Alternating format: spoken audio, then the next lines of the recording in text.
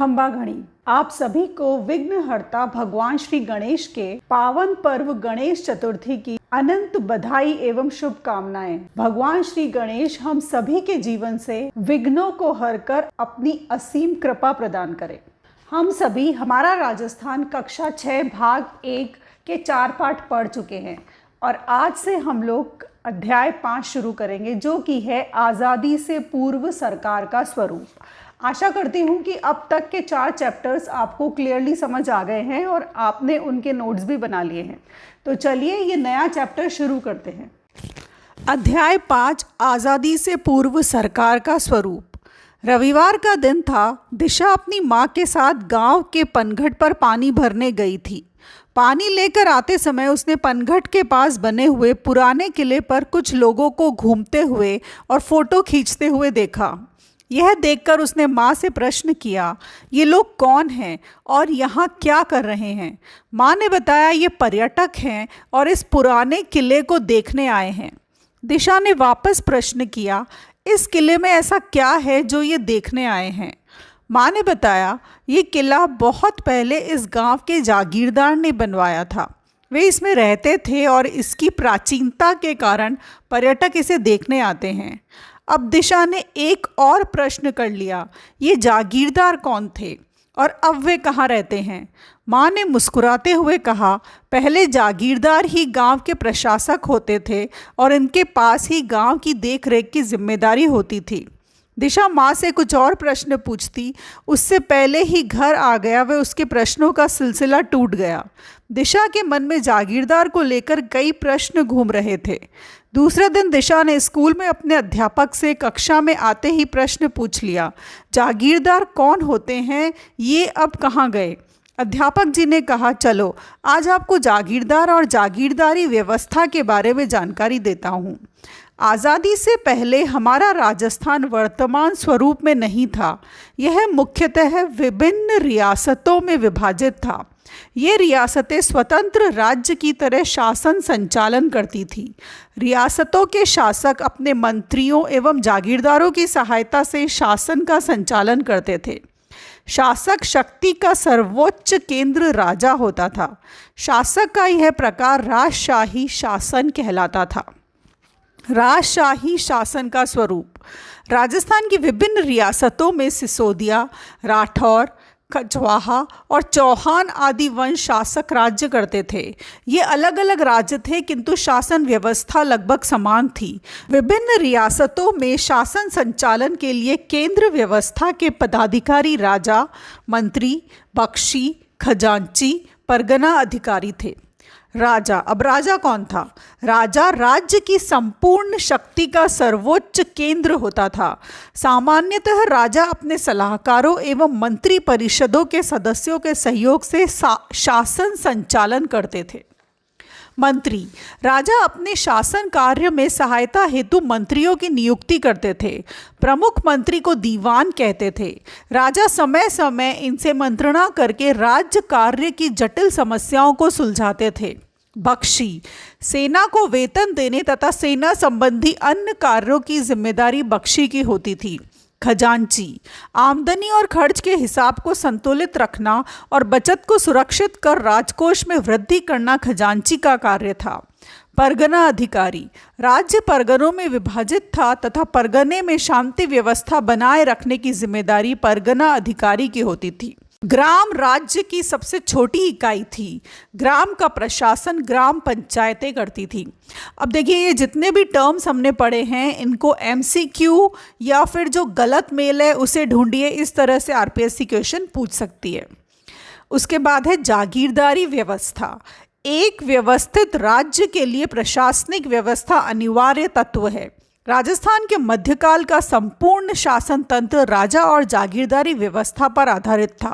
राजस्थान की जागीरदारी व्यवस्था रक्त संबंध एवं कुलीय भावना पर आधारित प्रशासनिक और सैनिक व्यवस्था थी।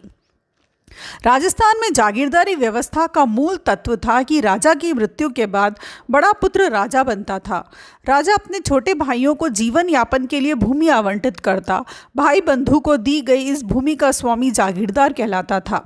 जागीरदार का कार्य उस जागीर की सुरक्षा एवं उसका शासन संचालन था।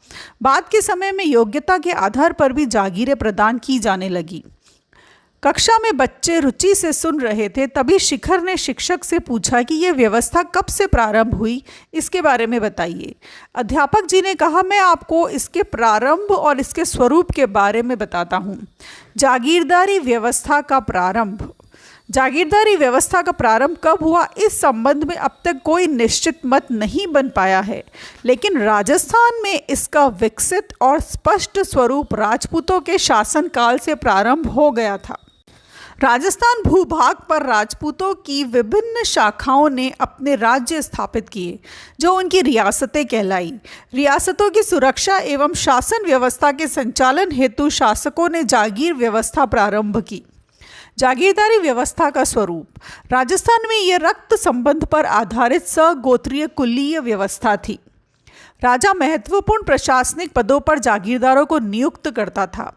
राजा और जागीरदार के संबंध स्वामी और सेवक के नहीं होते थे, बल्कि भाईचारे और सौहार्द पर आधारित होते थे।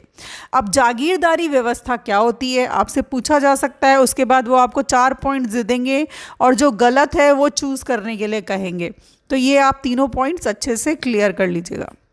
फिर है मध्यकालीन जागीरदारी व्यवस्था के स्वरूप में परिवर्तन। मुगल काल में मुगलों से संधि के कारण शासकों की जागीरदारों पर निर्भरता कम हो गई। शासक मुगल मनसबदार बन गए और उन्हें मुगलों का संरक्षण प्राप्त हो गया। इससे शासक जागीरदारों के साथ स्वामी जैसा व्यवहार करने लगे। प्रारंभ में जागीरदार युद्ध एवं शांति के समय राजा को अपनी सेवाएं देते थे, लेकिन मध्यकाल में सेवाओं के साथ कर व्यवस्था निर्धारित कर दी गई, जिसका उल्लेख जागीर पट्टे में किया जाता था। मुगल शासन प्रणाली की कुछ व्यवस्थाओं का प्रभाव राजस्थान पर भी पड़ा। रियासतों ने अपने प्रशासन को परगनों और ग्रामों में विभाजित किया। अध्यापक ने साथ साथ ही अंग्रेजों के समय की शासन व्यवस्था को भी समझाया। अंग्रेजों का शासन। अंग्रेजी राज्य की स्थापना के साथ ही भारत प्रशासनिक दृष्टि से 2 भागों में विभाजित हो गया था। पहला ब्रिटिश भारत, दूसरा रियासती भारत। ब्रिटिशकालीन भारत केंद्र शासित प्रदेशों एवं 11 प्रांतों से बना हुआ था। सभी प्रांतों के अलग अलग गवर्नर थे, जो कि भारत के गवर्नर जनरल के प्रति उत्तरदायी थे। 1857 की क्रांति के बाद ईस्ट इंडिया कंपनी का शासन समाप्त हो गया। अब भारत के प्रशासन का सीधा नियंत्रण इंग्लैंड के ताज एवं संसद के नियंत्रण में आ गया। लॉर्ड कैनिंग को गवर्नर जनरल के साथ साथ भारत का प्रथम वायसरॉय नियुक्त किया गया। अंग्रेज सरकार द्वारा विभिन्न अधिनियम पारित करके भारत का शासन संचालन किया जाने लगा। 1935 ईस्वी का भारत सरकार अधिनियम, जिसे 1 अप्रैल 1937 ईस्वी में लागू किया गया, के द्वारा अजमेर मेरवाड़ा के प्रशासन में परिवर्तन लाया गया। अब इसे विदेश एवं राजनीतिक विभाग के स्थान पर भारत सरकार के गृह विभाग के अंतर्गत लाया गया।